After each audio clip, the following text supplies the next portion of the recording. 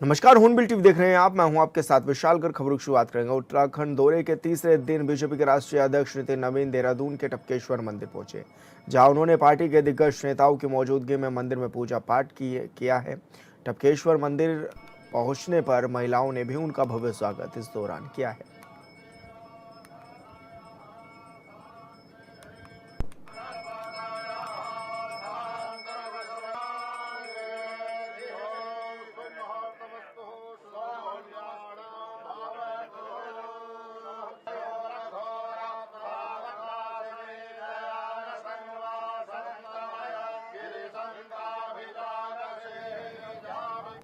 और संवाददाता योगेश आर्य हमारे साथ फोन लाइन पर जुड़ गए हैं। योगेश, बीजेपी के राष्ट्रीय अध्यक्ष का तीसरा दिन है आज उत्तराखंड में। किस तरह के क्या कुछ कार्यक्रम हैं और आज टपकेश्वर मंदिर भी पहुंचे थे? नितिन नवीन जो है 3 दिवसीय दौरे पर है और आज उनका तीसरा दिन है दौरे का। और इसमें देखा तो टपकेश्वर महादेव मंदिर पर वो दर्शन करने के लिए पहुंचे, जहां पर उन्होंने जो है विधि विधान के साथ पूजा अर्चना की, जलाभिषेक रुद्राभिषेक जो है महादेव को किया। और साथ में अगर देखें तो भाजपा प्रदेश सही करने जो पार्टी के पदाधिकारी हैं वो मौजूद रहे। इसके साथ ही जो है बूथ समिति की बैठक में भी जो है गढ़ीकंठ में जो है शामिल होंगे जो। और इसके साथ साथ अगर देखें तो बीजेपी जो है मिशन 2027 को लेकर लगातार जो है मोड़ पर नजर आ रही है। कार्यकर्ताओं को आज जो है उनकी तरफ से जीत का मंत्र दिया जाएगा, जो बूथ समिति की बैठक की जाएगी। और ऐसे में प्रबुद्ध गोष्ठी बुद्धिजीवियों के साथ संवाद का कार्यक्रम भी जो है उनके द्वारा रखा गया है। उस कार्यक्रम में भी वह जो है जाएंगे, वहां पर भी जो है उनका साथ संवाद करेंगे। और इसके साथ साथ क्योंकि दोपहर में जो है युवा संवाद कार्यक्रम जो है युवाओं के साथ रूबरू होंगे, वहां पर युवा के साथ संवाद करेंगे, कार्यक्रम रखा गया है। चाहे संगठन विस्तार की बात हो, मजबूती की बात हो, बूथ मजबूती की बात हो, उस पर पूरी तरह से बीजेपी का फोकस राष्ट्रीय अध्यक्ष जो है, जो 3 कैटेगरी में जो उन्होंने बूथ को रखा है कि जो सबसे ज्यादा उनका पर मजबूत रहा है, उसके साथ साथ जिन पर उन्होंने फाइट की है और वो बूथ जो कमजोर रहे उन पर जो है कमजोर बूथ पर जो है काम करने के लिए उन्होंने दिशा निर्देश दिए। कोर कमेटी के जो अध्यक्ष जो सदस्य है उन्हें भी साफ साफ पर कहा है कि आपको 2-2 दिन उनमें प्रवास करना है। तो 3 दिवसीय जो प्रवास है वो आज समापन हो जाएगा, लेकिन उससे पहले जो है युवा संवाद कार्यक्रम की बात हो, प्रबुद्धजनों की गोष्ठी की बात हो या बूथ समिति की बैठक हो, उसमें वो शामिल होंगे। टपकेश्वर महादेव मंदिर में उन्होंने आज पूजा अर्चना करने के साथ अपनी दिनचर्या की शुरुआत की है। अभी तक किस तरह के दिशा निर्देश योगेश दिए गए हैं, क्योंकि तमाम बैठकें अभी तक हो चुकी हैं राष्ट्रीय अध्यक्ष की और पार्टी नेताओं की?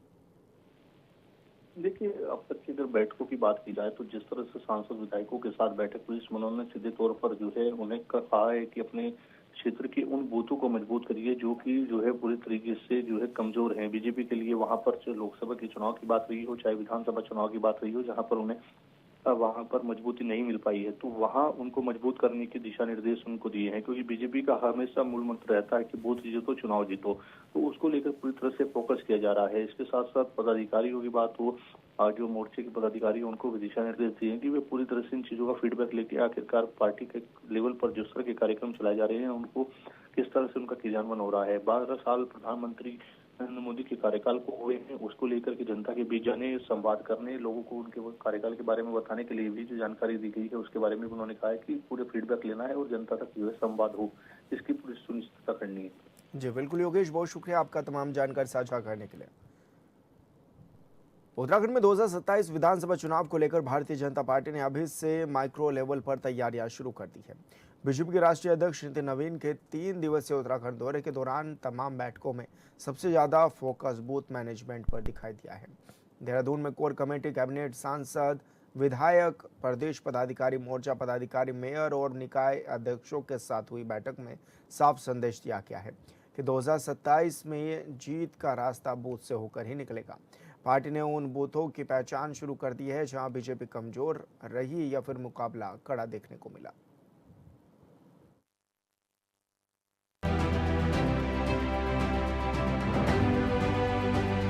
उत्तराखंड में वर्तमान समय में करीब 11,700 से ज्यादा बूथ हैं। संगठनात्मक समीक्षा में बीजेपी ने इन्हें 3 कैटेगरी में बांटा है। पहली श्रेणी मजबूत बूथों की है, जहां बीजेपी लगातार बढ़त बनाए हुए है। ऐसे बूथों की संख्या लगभग 8,500 से 9,000 के बीच मानी जा रही है। दूसरी श्रेणी उन बूथों की है जहां मुकाबला कांटे का रहता है। ऐसे फाइट वाले बूथ करीब 700 से 1000 बताए जा रहे हैं, जबकि तीसरी और सबसे अहम श्रेणी कमजोर बूथों की है, जहां बीजेपी लोकसभा और विधानसभा चुनाव में अपेक्षित प्रदर्शन नहीं कर पाई। ऐसे बूथों की संख्या करीब 1200 से 1500 के बीच मानी जा रही है। बीजेपी की समीक्षा में सबसे ज्यादा कमजोर बूथ हरिद्वार जिले की ग्रामीण बेल्ट, मंगलोर, भगवानपुर, छबरेड़ा और लक्सर क्षेत्र में सामने आए हैं। इसके अलावा उधम सिंह नगर के बाजपुर, काशीपुर और कुछ सीमावर्ती इलाकों में भी पार्टी को चुनौती का सामना करना पड़ा। पर्वतीय क्षेत्रों में अल्मोड़ा, पिथौरागढ़, चमोली और टिहरी के कुछ पारंपरिक कांग्रेस प्रभाव वाले बूथों पर भी बीजेपी को अपेक्षा से कम बढ़त मिली। वहीं देहरादून, हल्द्वानी और सैनिक बहुल इलाकों के कुछ जरूरी बूथों में भी वोट प्रतिशत में गिरावट दर्ज की गई है। बीजेपी प्रदेश अध्यक्ष महेंद्र भट्ट ने बताया कि राष्ट्रीय अध्यक्ष नितिन नवीन ने कमजोर बूथों पर विशेष फोकस करने के निर्देश दिए हैं। इसके तहत कोर कमेटी के सदस्य जून, जुलाई और अगस्त में विधानसभा क्षेत्रों में प्रवास करेंगे। बूथ समितियों का सत्यापन होगा, निष्क्रिय कार्यकर्ताओं को सक्रिय किया जाएगा और प्रत्येक बूथ की अलग रणनीति तैयार की जाएगी। पार्टी उन क्षेत्रों में भी विशेष अभियान चलाएगी जहां विपक्ष ने पिछले चुनाव में बढ़त बनाई थी। मुख्य रूप से 2027 चुनाव में बूथ प्रबंधन पे आपका मार्गदर्शन रहा। जो बूथ हम 2000 लोकसभा चुनाव में और उसके पहले विधानसभा चुनाव में जो बूथ हम जीत नहीं पाए थे, उन बूथों के लिए हमने टीम बनानी है। कोर कमेटी के हमारे जितने भी सदस्य हैं वो 2-2 दिन के प्रवास पर उस विधानसभाओं के अंदर रहेंगे और 2 दिन के प्रवास में वो जहाँ उस विधानसभा की कोर कमेटी के साथ बैठक करेंगे, वहीं बूथ पर भी जाकर विधानसभा की और बूथ उस विधानसभा की समस्याओं के समाधान के लिए सरकार को सुझाव भी देंगे। तो एक प्रकार से एक कार्यकर्ता के लिए काम का विभाजन हुआ है। हमारे 17 के 17 जो कोर कमेटी के सदस्य हैं उनका दौरा हम लोग जून, जुलाई, अगस्त 3 माह में पूरी तरह बनाएंगे और ख़ास तौर पर जो विरोधी राजनीतिक दल के जो दल हैं उन दलों की गतिविधियों को के काउंटर के लिए क्या क्या कार्यक्रम लिए जा सकते हैं, उन कार्यक्रम की रचना भी भविष्य के अंदर हमारी बनेगी। नहीं, सभी विधानसभाओं में हम उनको भेजेंगे और 2-2 दिन का प्रवास रहेगा। इसलिए मैंने कहा लगातार 3-4 महीने कार्यक्रम रहेगा, तो 2-2 दिन के प्रवास हम अगर विधानसभा में कोर कमेटी के लोगों को भेजेंगे। तो 17 है तो एक प्रकार से जो संख्या बनेगी 70 विधानसभा में व्यक्त करना है, तो कहाँ किसका प्रभाव है ऐसे कोर कमेटी सदस्य उन विधानसभा में भेजेंगे। बैठकों में प्रधानमंत्री नरेंद्र मोदी के 12 वर्षों के कार्यकाल और केंद्र सरकार के बड़े फैसलों को जनता तक पहुंचाने पर विशेष जोर दिया गया। इसके साथ ही उत्तराखंड की धामी सरकार द्वारा लिए गए बड़े निर्णय, विकास कार्य, निवेश, समान नागरिक संहिता, नकल विरोधी कानून, महिला आरक्षण और धार्मिक संस्कृति अभियानों जैसी उपलब्धियों को भी गांव-गांव तक पहुंचाने की रणनीति बनाई गई है। राष्ट्रीय अध्यक्ष ने सांसदों और विधायकों को निर्देश दिए हैं कि वे अपने अपने क्षेत्र में पत्रिका, पैम्पलेट और जनसंपर्क अभियानों के जरिए सरकार की उपलब्धियों को जनता के बीच लेकर जाए और नए मतदाताओं, बुद्धिजीवियों और प्रभावशाली लोगों से सीधा संवाद स्थापित करें। राष्ट्रीय अध्यक्ष ने प्रदेश पदाधिकारियों, मोर्चा प्रभारियों, मेयर, नगरपालिका अध्यक्षों और नगर पंचायत अध्यक्षों के साथ भी अलग अलग बैठकें कर संगठन को और ज्यादा सक्रिय करने के निर्देश दिए। साथ ही विपक्षी दलों की गतिविधियों पर नजर रखने और जनता के बीच लगातार मौजूद रहने को कहा गया है। बीजेपी अब 2027 के चुनाव को केवल सरकार की उपलब्धियों के भरोसे नहीं बल्कि मजबूत बूथ नेटवर्क और माइक्रो मैनेजमेंट के जरिए लड़ने की तैयारी में है। इधर कांग्रेस ने बीजेपी की तैयारियों पर तंज कसते हुए कहा कि चुनाव में कम समय है और अब संवाद करने से कुछ नहीं होगा। बीजेपी के नेताओं को ये काम पहले कर लेना चाहिए था, जिससे आज अंकिता भंडारी, पेपर लीक और पहाड़ की जरूरतों को लेकर उनके पास जवाब होता। अब रात्रि प्रवास करके क्या संदेश देना चाहते हैं? देखिए, भारतीय जनता पार्टी के राष्ट्रीय अध्यक्ष के आगमन पर पार्टी ने जो ऑफिशियली अनाउंस किया कि उनकी क्या बातचीत हुई, क्या निर्देश दिए गए, उसमें हास्यास्पद बातें हैं। पार्टी के कार्यकर्ता केवल चुनाव में नहीं बल्कि हमेशा संवाद बना के रखे। अब हमेशा कब बना के रखे भाई? 6 महीना चुनाव को रह गए, यानी कि 4.5 साल आपने संवाद बना के नहीं रखा। आप ये मान रहे हैं, स्वीकार कर रहे हैं। दूसरा, विपक्ष पर नज़र रखें। विपक्ष क्या कर रहा है? विपक्ष के जो सवाल हैं उनके जवाब IT के माध्यम से और सोशल मीडिया के माध्यम से मजबूती के साथ दें। यानी साफ है कि बीजेपी अब केवल बड़ी रैलियों या बड़े चेहरों के भरोसे चुनाव लड़ने के मूड में नहीं है, बल्कि पार्टी ने बूथ स्तर तक संगठन को मजबूत करने, कमजोर इलाकों में पकड़ बनाने और केंद्र व राज्य सरकार की उपलब्धियों को सीधा जनता तक पहुंचाने का मिशन शुरू कर दिया है। क्योंकि बीजेपी की रणनीति साफ है, अगर बूथ मजबूत होगा तभी 2027 की राह आसान होगी।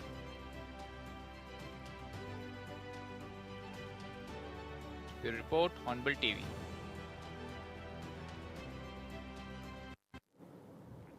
नरेंद्रनगर पालिका परिषद चुनाव के लिए चुनावी सरगर्मियां बढ़ गई हैं।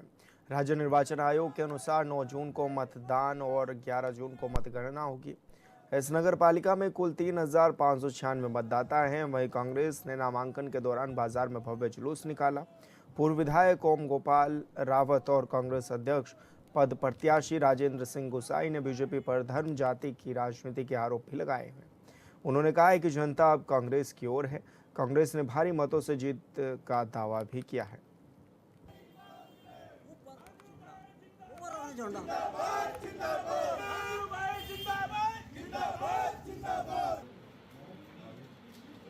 यूज होते हैं वो आसमान छू रही हैं।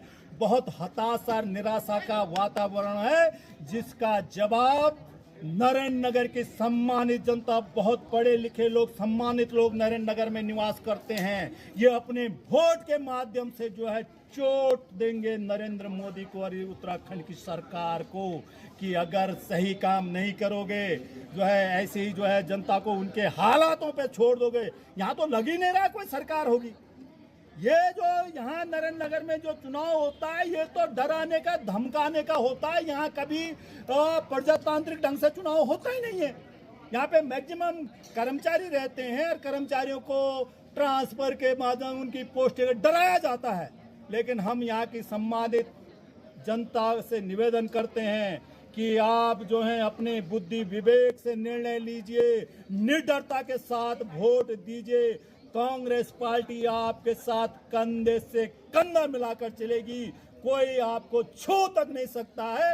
आज जो है आप विश्वास कीजिए कांग्रेस पे, क्योंकि ये चुनाव हम लोग सिर्फ एक अध्यक्ष बनने के लिए नहीं, सिर्फ यहाँ सभासद बनने के लिए नहीं लड़ रहे हैं, बल्कि आपका भविष्य उज्जवल हो, आपके बच्चों का भविष्य उज्जवल हो। आज प्राइवेट सेक्टर, सरकारी तो छोड़िए, इन्होंने प्राइवेट सेक्टर तक जो है खत्म कर दिया है भारतीय जनता पार्टी की नकारा पॉलिसी के कारण। चमोली के थराली में बड़ा हादसा, देवाल वाहन मोटर मार्ग पर हुआ बड़ा हादसा। ये बड़ी खबर आप तक पहुंचा रहे हैं। 400 मीटर खाई में गिरी कार, हादसे में 3 लोगों की गई जान, 3 घायलों को भी भेजा गया है अस्पताल। ये बड़ी खबर आप तक पहुंचा रहे हैं, जहां पर 400 मीटर खाई में कार गिर गई है और हादसे में 3 लोगों की जान भी इस दौरान चली गई है। तो देवाल वाहन मोटर मार्ग पर यह बड़ा हादसा हुआ है। चमोली के थराली में बड़ा हादसा हुआ। 400 मीटर खाई में गिरी है ये कार और ऐसे में 3 लोगों की इस दौरान जान चली गई। 3 लोग घायल भी इस दौरान बताए जा रहे हैं।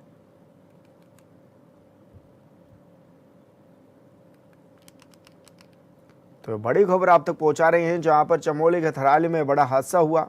देवाल वाहन मोटर मार्ग पर यह बड़ा हादसा हुआ, जहां पर कार खाई में जा गिरी है। 400 मीटर खाई थी ये, जिसमें कार गिर गई और इस दौरान हादसे में 3 लोगों की मौत भी हो गई है। और ऐसे में ये बताया जा रहा है कि 3 लोग इसमें घायल भी हुए हैं, जिन्हें अस्पताल में पहुंचाया गया है, जहां पर उनका इलाज भी जारी है।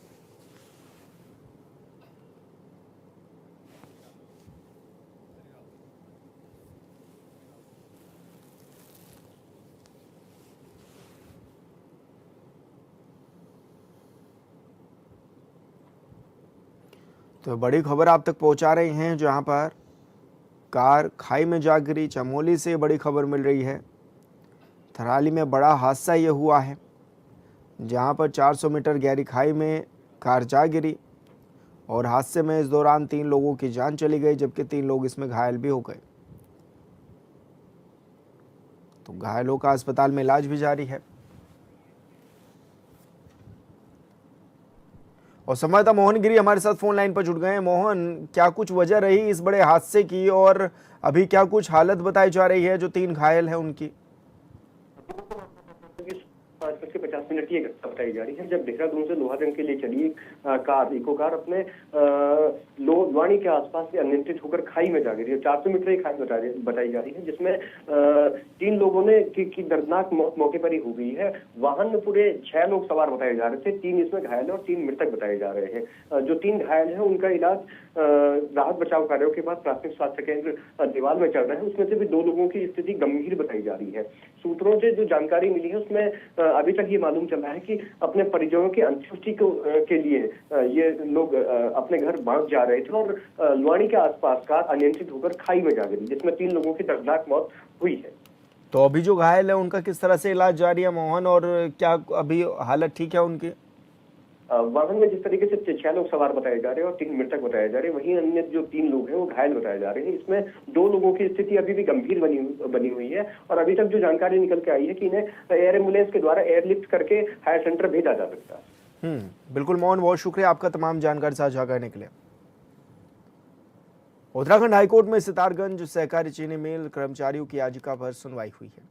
वरिष्ठ न्यायमूर्ति मनोज कुमार तिवारी की एकल पीठ ने मामले को निरस्त कर औद्योगिक सचिव को कर्मचारियों के प्रत्यावेदन पर विचार करने के निर्देश दिए हैं। विपिन चंद पांडे और 39 अन्य कर्मचारियों ने याचिका में कहा है कि वो 2012 में मृतक आश्रित कोटे से मिल में नियुक्त हुए थे। वर्ष 2017 में मिल को बंद कर पीपीपी मोड पर दे दिया गया, लेकिन ना तो उनके बकाया भुगतान किए गए और ना ही उन्हें अन्य जगह समायोजित किया गया। याचिकाकर्ताओं ने गदरपुर चीनी मिल की तर्ज पर समायोजित और बकाया भुगतान की मांग भी की है। चीनी मिल सहकारी समिति चीनी मिल सितारगंज में 2017 में शासन द्वारा इसको बंदी कर दी गई थी और पीपीपी मोड में दिया गया था, और जिस पर हमने विपिन चंद पांडे व अन्य श्रमिकों द्वारा चुनौती दी गई थी इसको, और हमने ये कहा गया था कि ये उत्तर प्रदेश औद्योगिक अधिनियम की धारा 6W का वायलेशन है। और साथ ही जैसे गदरपुर चीनी मिल में 2015 में जब बंद करी गई थी तो ये दिया गया था कि उनको स्वैच्छिक सेवानिवृत्ति का उनसे ऑप्शन मांगा जाएगा या उनको जो है अन्य जगह समायोजित किया जाएगा, तो ऐसी कोई व्यवस्था हमें नहीं दी गई है। तो जिस पर सरकारी वकील द्वारा ये कहा गया कि नहीं साहब, हमने सब चीज़ दिया है और हमारे ड्यूज़ भी नहीं पे किए गए थे। तो माननीय न्यायालय द्वारा आज दोनों पक्षों को सुनने के बाद आदेशित किया गया सेक्रेटरी महोदय को कि आप हमारा प्रत्यावेदन 2015 की लाइट में, जिसे गदरपुर वालों को जो है ये अपॉर्चुनिटी दी गई थी कि वहाँ के कर्मचारियों को जो है अन्य सहकारी समिति चीनी मिलों में या गवर्नमेंट कंपनियों चीनी मिलों में समायोजित किया जाएगा। तो आशा है कि आज इतनी लंबी प्रतीक्षा के बाद उन लोगों के लिए भी कोई एक राह खुली है तो उनको न्याय दिया। उत्तराखंड हाईकोर्ट ने उपनल संविदा कर्मचारियों को आदेश होने के बाद भी सरकार की ओर से नियमित नहीं करने समेत अन्य समस्याओं को लेकर दायर याचिका पर सुनवाई की है, जिसके बाद कोर्ट ने राज्य सरकार को उपनल संविदा कर्मचारियों को पहले नियुक्त वेतनमान देने के निर्देश भी दिए। मामले की अगली सुनवाई के लिए 9 जून की तारीख भी तय की गई है।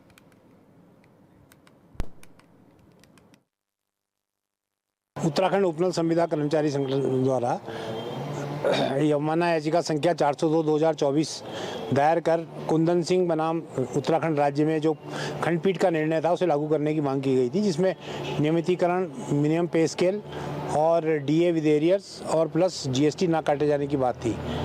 आपको विदित ही है कि ये सब उत्तराखंड उच्च न्यायालय का निर्णय जो है सुप्रीम कोर्ट द्वारा पुष्ट हो चुका है, परंतु सरकार द्वारा एक के बाद अनेक बहाने करके इसको टाला जाता रहा है। तो पिछली तिथि पे माननीय न्यायालय के संज्ञान में अनुबंध की खामियों की ओर उजागर किया गया था, जिस पर आज सरकारी वकील द्वारा ये बताया गया कि जो ज्ञापन में जो ये थी नई नियुक्ति थी वो हटा दिया गया शब्द, परंतु फिर न्यायालय का संज्ञान हमने क्लॉज 7 पे लाए, जिसमें लिखा था कि इसके अनुबंध के तहत नियुक्त होने वालों को किसी भी प्रकार से अन्य कर्मचारियों के बराबर सेवा नियमावली नियमितीकरण का मांग नहीं कर सकेंगे। तो न्यायालय द्वारा कहा गया ये तो सीधा सीधा ये उसके आदेशों के विपरीत है, ये इसको आपको हटाना पड़ेगा। साथ ही न्यायालय द्वारा ये भी कहा गया कि आप उनको तत्काल प्रभाव से मिनिमम पे स्केल तो दीजिए, एरिया के लिए अगर आप समय लेते हैं अलग बात है। तो इस पे उन्होंने जो है ये कहा कि हम तैयार हैं। उत्तराखंड हाईकोर्ट ने राज्य आंदोलन के दौरान हुए यूपी के रामपुर तिराहे कांड के आरोपियों को सजा दिलाए जाने के मामले पर सुनवाई की है। मामले की सुनवाई के बाद न्यायमूर्ति पंकज पुरोहित की एकल पीठ ने याचिकाकर्ताओं से कहा है कि जो रिकॉर्ड सीबीआई ने कोर्ट में पेश किए हैं उस पर वो अपना शपथ पत्र 2 दिन के भीतर कोर्ट में प्रस्तुत करें। वहीं मामले की अगली सुनवाई के लिए 2 दिन बाद की तारीख भी तय की गई है। सुनवाई में सीबीआई की तरफ से कहा गया है कि सीबीआई कोर्ट देहरादून से केस मुजफ्फरनगर ट्रांसफर होने के बाद 5 आरोपी बहाल हो गए हैं, जिसके खिलाफ सीबीआई ने इलाहाबाद हाई कोर्ट में केस किया जो विलंबित है। इसमें सीबीआई ने 12 चार्जशीट दाखिल की थी, 6 मुजफ्फरनगर में और 6 देहरादून में। केस नंबर 42 में जो है अनंत कुमार सिंह और 6 और वरिष्ठ अधिकारी अभियुक्त बनाए गए थे सीबीआई के द्वारा। 95 में इन्होंने परमिशन भी ली थी, सीबीआई ने 13 लोगों के खिलाफ परमिशन भी ली थी। आज इन्होंने कोर्ट से मैनिपुलेट करके सीबीआई और वो अनंत कुमार सिंह आपस में हमसाज हो करके इन्होंने पहले तो यहाँ कहा कि भाई सैंक्शन नहीं है, सीबीआई ने सैंक्शन दिखाई और पीसी वर्मा साहब ने उनको छोड़ दिया। जब हमने सैंक्शन दिखाई तो पीसी वर्मा साहब ने अपना ऑर्डर रिकॉल कर दिया, डबल बेंच ने अपना ऑर्डर रिकॉल कर दिया। इन्होंने फिर से उसके बाद जो है एक मैनिपुलेट किया कि चार्जशीट कॉग्निजेंस को 302 की कॉग्निजेंस इनके खिलाफ है और 302 की कॉग्निजेंस के खिलाफ जब भी है इन्होंने कॉग्निजेंस हाईकोर्ट में चैलेंज की। आज इन्होंने मिलके सीबीआई से मिलके कि यहाँ पर वो मुकदमा ट्रांसफर रजिस्ट्रार हाईकोर्ट और रजिस्ट्रार इलाहाबाद हाईकोर्ट दोनों से मिलके जो है इन्होंने मुकदमे को बिना जुडिशियल ऑर्डर के ट्रांसफर करा लिया मुजफ्फरनगर कोर्ट में। काउंटर के लिए हमने कोर्ट में दे दो, उनका रजिस्ट्री में दाखिल करो, इसलिए 2 दिन का हमने समय लिया। विकासनगर में एडीबी पोषित उत्तराखंड लेबेबिलिटी इम्प्रूवमेंट प्रोजेक्ट यानी यूएलआईपी के तहत 535 करोड़ रुपए की लागत से बन रही पेयजल और सीवरेज परियोजना विवादों में घिरती नजर आ रही है। पूर्व कैबिनेट मंत्री नवप्रभात ने परियोजना की गुणवत्ता और तत्कालीन खामियों पर सवाल उठाते हुए सरकार के से जांच की भी मांग की है। उन्होंने कहा कि नगर पालिका क्षेत्र में कई महीनों से लाइन बिछाने का काम चल रहा है, लेकिन पुराने सीवरेज सिस्टम के अंदर ही नया पाइप डाला जा रहा है। सीवरेज जिन असेवित क्षेत्रों को कवर ये सबसे पहले तो मैं ये स्पष्ट कर दूं कि मैं अपने आप में तकनीकी रूप से क्वालिफाइड व्यक्ति नहीं, पर अनुभव के आधार पर मैं कुछ चीज़ों से चिंतित हूँ। हमने जब विकासनगर और हरवटपुर के सीवरेज और पेयजल की योजना का गठन कराया था, जिसमें विकासनगर की योजना को हमने जेनीवारएम में अप्रेस करा के केंद्र सरकार के पास भेज दिया था। एक तो कष्ट यह है कि 10 साल तक उस योजना को की फाइल को वहां से निकालने की कोशिश किसी ने नहीं करी। हमारी राज्य सरकार इस चीज को। दूसरी चीज, सीवरेज बहुत टेक्निकल चीज है और पेयजल निर्माण निगम जिससे हमने योजना का गठन कराया था, सिर्फ उसी के पास ये अनुभव था उत्तर प्रदेश का कि वो सीवरेज का निर्माण कर। जब उन लोगों ने योजना का गठन किया तो जो पुराना सेवित क्षेत्र था, जिसको हम पुराना विकासनगर कह सकते हैं, जिसमें सीवरेज ऑलरेडी एग्जिस्ट करता था। और फिलहाल इस बुलेटिन में मेरे साथ इतना ही। आप देखते रहिए हॉर्नबिल टीवी। नमस्कार।